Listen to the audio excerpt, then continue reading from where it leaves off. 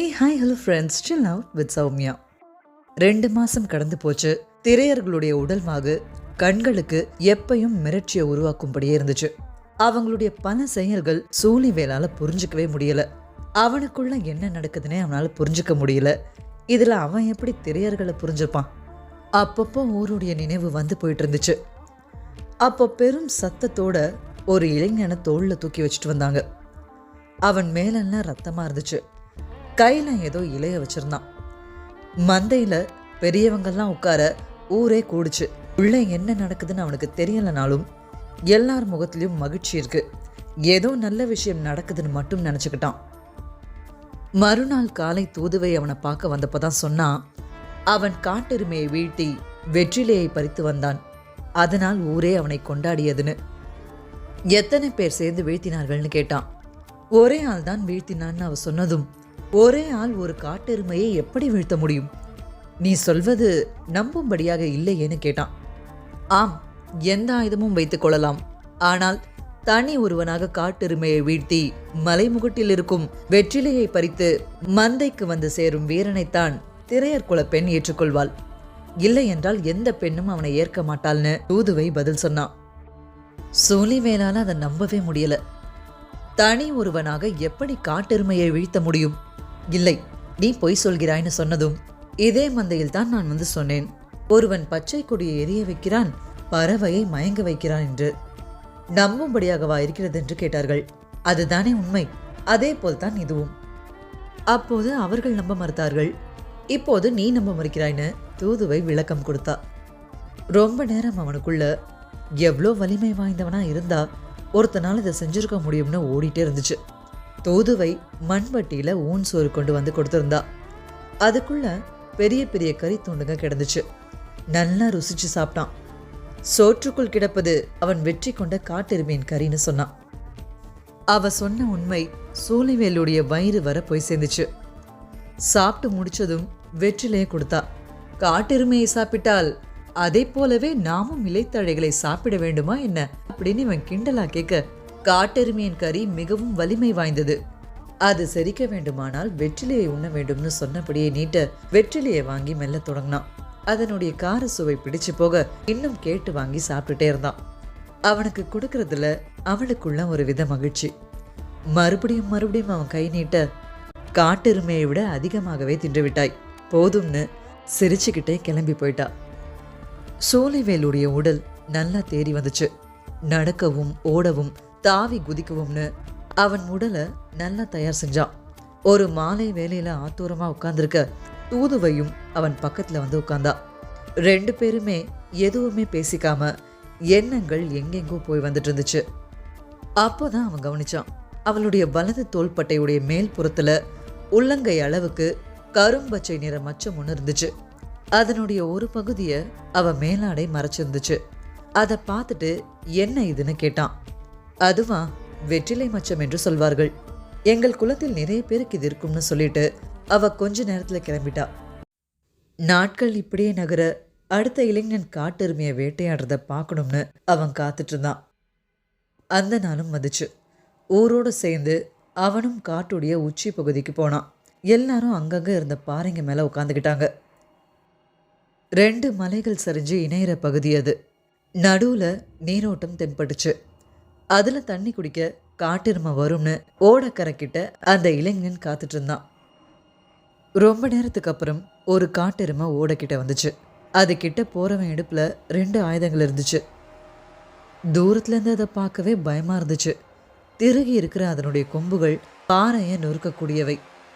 அதனுடைய முன்னெற்றி எந்த மரத்தையும் முட்டி சாய்க்கிற வலு கொண்டது. அதனுடைய பாதையில குறுக்கிட்ட அந்த இளைஞன் ஏதோ ஒன்று செஞ்சு அதை சீண்டுனான். அது உடனே அவனை விரட்டி பாய தொடங்குச்சு. நீரோடைய தாண்டி மலையுடைய எதிர்ப்புறம் ஓட தொடங்கினான். மலை புதருக்குள்ள படு வேகமா மேலேற காட்டெருமை ஓட்டத்தை விட அவனுடைய ஓட்டத்துடைய வேகம் கூடுதலா இருந்துச்சு. அது இன்னும் காட்டெருமையை கோவப்படுத்துச்சு. பாதையே இல்லாத புதரங்களுக்குள்ளெல்லாம் என்ன இந்த வேகத்துல பிச்சுக்கிட்டு ஓடுறான்னு சோழிவேலால நம்பவே முடியாம பார்த்துட்டு இருந்தான். அப்போதான் பக்கத்துல இருந்த திரையர்கள் உடல் அமைப்பை உன்னிப்பா கவனிச்சான். அவங்களுடைய காலடி ஒரு சுலங்கு போல விரிஞ்சிருந்துச்சு. அது சோழிவேலுடைய காலடியை விட 2 மடங்கு அகலமா இருந்துச்சு. வேகமா மேலேறிட்டு இருந்தவன் சட்டுன்னு ஒரு இடத்துல வளைஞ்சு கீழ் நோக்கி திரும்பி சரசரன்னு ஓடையை நோக்கி இறங்கினான்.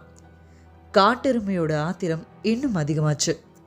அதனுடைய மூச்சு காத்துல அனல் காத்து சீர கொம்புகள் எல்லாம் அடிபட்டு மரக்கிளைங்க முறிஞ்சுக்கிட்டு இருந்தது. அங்க நடந்துட்டு இருக்க வீர விளையாட்டு சூழிவேலுடைய அறிவுக்கு புலப்படல. ஓடுறவன் மேலையும் கீழேயுமா 3 முறை ஓடையை கடந்து ஓடுனான். ஏதோ ஒரு மரக்கிளைய பிடிச்சு போக்கு காட்டி ஒரு சுத்துனான். அவன் அதுக்கப்புறம் அதுக்கு பின்னாடி போனான். புதர் அசைவுல என்ன நடந்துச்சுன்னு துல்லியமா தெரியல. அவ்வளவு நேரம் உட்காந்து பார்த்துட்டு இருந்த திரையர்கள் இப்போ எழுந்து நின்று உற்சாக ஒலி எழுப்பினாங்க. அவன் மறுபடியும் முந்திக்கிட்டு ஓடையை கடந்து மேலேறினான். காட்டெருமையால அதே வேகத்துல மேலேற முடியாம அதன் ஓட்டம் குறைய ஒரு கட்டத்துல ஓட்டம் முழுசா நின்றுடுச்சு. இப்போ இடுப்புல இருந்த 2 ஆயுதங்களையும் கைகள்ல ஏந்த அது அவனை நெருங்க விடாம குத்த பார்த்துச்சு. அவன் சரியான வேலைக்காக காத்துட்டு இருந்தான். தெரியர்கள் கூட்டம் பேரொலியோட ஓடக்கிட்ட இறங்க அவங்க கூட இவனும் சேர்ந்து போனான். அந்த இடத்தை அடையிறப்போ அந்த இளைஞன் காட்டெருமைய முழுசா வீழ்த்தியிருந்தான். வந்த வேகத்துல ஒரு கூட்டம் அவனை தோல்ல தூக்கிக்கிட்டாங்க. அதுக்கப்புறம் வெற்றிலைய பறிக்க அவன் தோழர்களோட போனப்போ மற்றவங்க காட்டெருமையை வெட்டி எடுக்கிற பணியில ஈடுபட்டாங்க. காட்டெருமையை அடக்குனவன் மாலை வேலைக்குள்ள மந்தையில வெற்றிலைய வச்சு மனம் முடிக்கணும். அதனால அடுத்த கட்ட வேலைகள் வேகமா நடந்துட்டு இருந்துச்சு. வாழ்க்கையில முறையா தன்னால உன்னை செய்ய முடியாதுன்றத ஏத்துக்கவும் முடியாம மறுக்கவும் முடியாம சூழிவேல் தடுமாறிட்டு இருந்தான். நாட்கள் கடந்துச்சு. அடிக்கடி அந்த மலைச்சரிவுக்கு போயிட்டும் வந்துட்டும் இருந்தான். என்னதான் அதனுடைய உருவ அமைப்பும் வலிமையும் பயமா இருந்தாலும் ஒரு முறை அதை சீண்டி பார்க்க கிட்ட போன கணமே அது விரட்ட தொடங்க அப்பதான் அதனுடைய வேகம் என்னன்றதே அவனுக்கு புரிஞ்சுது. ஏதேதோ வித்தை காட்டி உயிர் பிழைச்சு ஊர் வந்து சேர்ந்தான். மேலெல்லாம் செடிகளும் கொடிகளும் குச்சிகளும் கிழிச்சு எடுத்திருந்துச்சு. வரப்பவே பச்சிலைகளை பறிச்சுட்டு வந்து அதை அரைச்சி பூசிக்கிட்டு படுத்தான். மனசு முழுக்க காட்டெருமையுடைய பாய்ச்சலும் தூதுவையுடைய காதலும் சரிசமமா இருந்துச்சு. அப்போ அங்க இருந்த கிழவி ஒருத்தி அவன் கிட்ட வந்து, காட்டெருமையை வீழ்த்த போகிறவர்கள் வெற்றிலையோடு வருவார்கள், நீ என்ன பச்சிலையோடு வந்திருக்கிறாய்னு கிண்டல் பண்ணான். அவமானப்படுறதெல்லாம் அவனுக்கு அப்போதான் அறிமுகமாகிட்டு இருந்துச்சு. பால் கொரண்டியை எரிக்கவும் பறவையை மயக்கவும் வித்தை தெரிந்தால் போதும், ஆனால் இதற்கு வீரம் வேண்டும்னு கிழவி தொடர்ந்தப்போ அந்த இடத்த கடந்து போன தூதுவை அசட்டு சிரிப்ப சிரிச்சுட்டு போனான். இன்னும் இவனுக்கு அது அவமானமாயிடுச்சு. ஆனா கிழவி விடுறதா இல்ல. காட்டுக்கோழியை கூட பிடிக்க முடியாதவன் காட்டெருமை எப்படி பிடிப்பான்னு அவளா கேள்வி கேட்டுட்டு எழுந்து போயிட்டா. இவனால் அதை தாங்கிக்க முடியல. மறுநாள் அந்த மலைச்சரிவு கிட்ட மறுபடியும் போனான். காட்டுக்கோழிகளுடைய கூவல் சத்தத்தை கடந்த அவனுக்கு கிழவி சொன்னது ஞாபகத்துக்கு வந்துச்சு. என்னவோ காட்டுக்கோழியை பிடிச்சு பார்ப்போம்னு அவனுக்கு தோணுச்சு. மரக்கிளைகள்ல மேலே ஏறி தாவிக்கிட்டு கிடந்ததுங்க. பறக்கிற வேலைக்காக காத்துட்டு இருந்தான். சரியா அது படபடத்து மேல் எழுறப்போ அவன் வீசின கல்லுல சுருண்டு விழுந்துச்சு. அதை போய் பார்த்துட்டு எடுக்காம போயிட்டான். கிழவி நம்மளை இவ்வளோ இலக்காரமா நினைச்சிட்டாலேன்னு நினைச்சுக்கிட்டே சாயங்காலம் மந்தைக்கு அவன் திரும்பினப்போ கிழவி அவன்கிட்ட வந்து கோழி எங்கேன்னு கேட்டா. நான் கோழியை அடித்து விட்டேன்னு சொல்றது ஒரு வீரனுக்கு அழகில்ல. அதே நேரத்துல கோழியை கூட பிடிக்க முடியாதவன்னு இவன் நம்மளை பத்தி நினைச்சிட்டு இருக்கதையும் மாத்தி ஆகணும்னு யோசிச்சான். எரிந்த இடத்தில் கிடைக்கிறது, வேண்டுமென்றால் போய் எடுத்துக்கொள்னு சொன்னான்.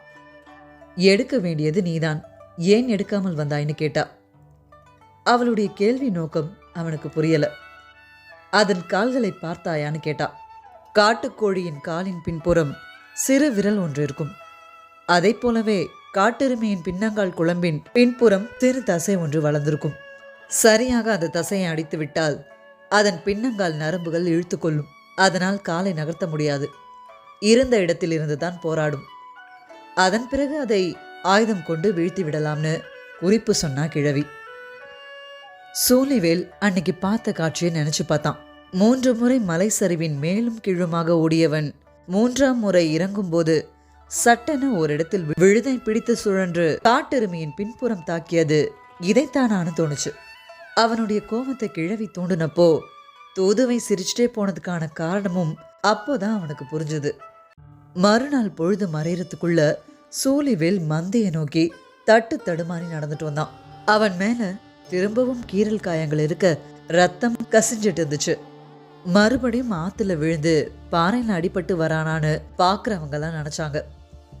ஆனா அவன் கைகள்ல வெற்றிலை இருந்துச்சு. இதை ஏன் பறிச்சுட்டு வந்திருக்கான்னு அவங்களுக்கு புரியல. 3 இளைஞர்கள் மந்தையை நோக்கி வந்து சொன்னாங்க, அவன் காட்டெருமையை வீழ்த்தி வெற்றிலையை பறித்து வருகிறான்னு. ஊர் அதை நம்பல. நீங்கள் சொல்வது உண்மையான மறுபடியும் கேட்டாங்க. அதுக்கு அந்த இளைஞர்கள், நாம் பல முறை மேலும் கீழும் ஓட விட்டுத்தான் காட்டெருமையின் பின்னரம்பை அடிப்போம், இவனோ முதல் முறையை அடித்து விட்டான்னு சொன்னதும் ஊர்க்காரங்க அத்தனை பேரும் அதிர்ச்சியானாங்க. சூழிவேல் ஊர் வட்டியில வெற்றிலையை வச்சுட்டு பேசாம இருந்தான். ஊர்க்காரங்களுக்கு என்ன சொல்றதுன்னே தெரில. இவன் என்ன கேட்க வரானும் புரியல. அந்த கூட்டத்தில் இருந்த ஒரு வயசான கிழவன் வெற்றிலையை எடுத்து திருப்பி பார்த்தாரு. அவர் கண்களில் வியப்பு. அடுத்த வெற்றிலையும் எடுத்து பார்த்தாரு.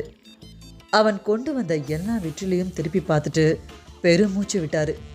இவன் முன்வைத்துள்ளது அனைத்தும் ஆண் வெற்றிலைன்னு அவர் சொன்னதும் திரையர்கள் திகைச்சு போனாங்க. மிக சிலருக்கு மட்டும்தான் வெற்றிலையில் இருக்கிற வேறுபாடுகள் தெரியும். வெற்றிலையின் பின்புறம் இருக்கிற நரம்புங்க 3ம் ஏற்ற இறக்கம் இல்லாமல் ஒன்று போல இறங்கி இருந்தா அது ஆண் வெற்றிலை. மேலே இருக்கிறது இறங்கியும் மற்ற நரம்புக விலகியும் இறங்கியும் இருந்தா அது பெண் வெற்றிலை. சூழிவேல் ஊர் வட்டியில் ஆண் வெற்றிலைகளை கொண்டு வந்து வச்சிட்டான். இப்போ எதிர் வெற்றிலையா பெண் வெற்றிலையை ஊர் வச்சே ஆகணும்.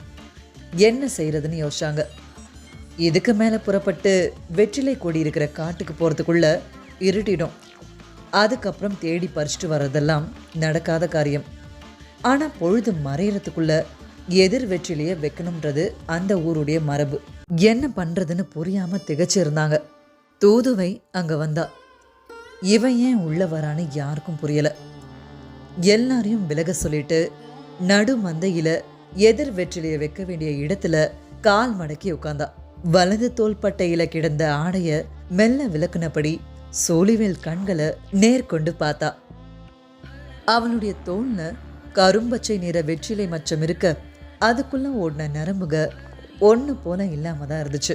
அவன் கண்கள்ல மகிழ்ச்சி பூக்க ஊருக்கே பின்னங்கால் நரம்புல அடி விழுந்து சரிஞ்ச மாதிரி இருந்துச்சு. எல்லாருக்கும் விஷயம் புரிஞ்சுது. திரையர்களுக்கு இணையான வீரன்றத சோழிவேல் அன்னைக்கு நிரூபிச்சிட்டான். இனி மறுத்து சொல்ல எதுவும் இல்லைன்னு கொண்டாட்டங்கள் தொடங்குச்சு. காட்டெருமையுடைய கனியை ஊன் சோற்றில் பிசைஞ்சாங்க. அந்த பெரும் கிழவன் மட்டும் கிழவிய முறைச்சு பார்த்தபடி போனான். காட்டெருமையோ வெற்றிலையோ பின்னால இருக்கிற நரம்புல தான் எல்லாம் இருக்குன்னு அவனுக்கு சொல்லி கொடுத்ததே அவளாதான் இருக்கும்னு அவருக்கு புரிஞ்சுது. ஊன் சோறு பரிமாறப்பட்டது. பச்சை கொடி பற்றி எரிய பறக்கும் பறவைகள் மயங்கி சரிய அந்த இரவு முழுக்க பெண் வெற்றிலையை விரும்பி உண்டான் சூழிவேல். ஆண் வெற்றிலையின் காரம் தூதுவைக்கும் ரொம்ப பிடிச்சிருக்க நாக்குக்குள்ள சுழலும் வெற்றிலை நாக்குகளுக்குள்ளையும் சுழன்றுச்சு. சிவப்பேனிய இதழ்களோட பல இரவுகள் கடந்து எவ்வையூரும் வந்து சேர்ந்தாங்கன்னு பாரி கதையை சொல்லி முடிச்சான். கதையுடைய மயக்கத்திலிருந்து மீளாதவரா கபிலர் இருந்தாரு. பாரி சொன்னான், இது எத்தனையோ தலைமுறைகளுக்கு முன் நடந்த கதை. அதன் பிறகு திரையர்களுக்கும் வேளிருக்குமான திருமண உறவுகள் பெரிதாக நடக்கவில்லை. காரணம், அவர்களின் நாடு இந்த மலைத்தொடரின் ஏதோ ஒரு எல்லையில் இருக்கிறது. எப்போதாவது ஒரு முறை ஊர் வழிபாட்டுக்கு வந்து அழைத்து செல்வார்கள் என்று என் தந்தை சொல்வார்.